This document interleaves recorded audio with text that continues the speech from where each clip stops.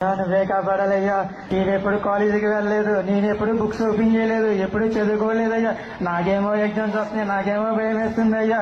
నేను నన్ను ఎగ్జామ్ లో పాస్ అయ్యేలా మీరే చెయ్యండి అయ్యా. ఏసయ్యా మీకే వందనాలు, మిమ్మల్నే నమ్ముతున్నానయ్యా. ఏసయ్యా మిమ్మల్నే నమ్ముతున్నాను, నన్ను పాస్ అయ్యేలా చెయ్యండి అయినా ప్రభు. ఏసయ్యా ఈ చిన్న ప్రార్థన దేవుడించింది కాక ఆమేన్. ఏసయ్యా ఈడు కాలేజ్కి పోలేదు, బుక్స్ ఓపెన్ చేయలేదు, అండ్ కుత్త బరువు ఎక్కువ చదవలేదు. ఈ క్యాబేజీ గాడు దేవుడి మీద భారం వేస్తున్నాడు. మళ్ళీ ఇంకా ఎగ్జామ్ పేపర్ లీక్ అవ్వాలని కోరుకోరా? సిగ్గుండాలిరా అడగడానికైనా. ఓ అదే ఉంటే ఈ లడ్డూలో కోరికలు ఎందుకు కోరుకుంటావులే.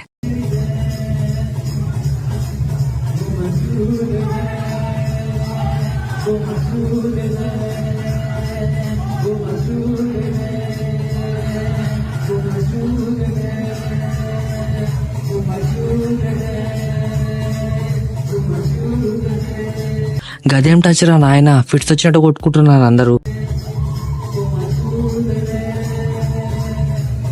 వీడికైతే టచ్ చేయకముందే ఫిట్స్ వస్తున్నాయి. ఎందుకు? ఒకవేళ దేవుడు గాని దిగొచ్చి కొట్టాడు అనుకో, ఎగ్జాక్ట్ గా ఇలా ఉంటది.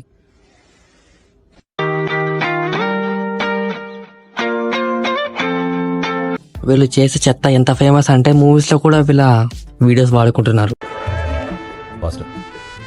రోగులు రెడీగా ఉన్నారు. దేవుని యొక్క పరిశుద్ధాత్మ నాతో ఒక విషయం చెప్పినది.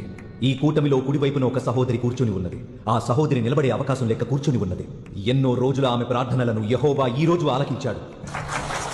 ఆ సహోదరి కుడికాలు మోకాలి కింద చాలా కాలం నుంచి ఒక కణితి పెరుగుతుంది. అక్కడ ఆ సోదరి ఎవరు?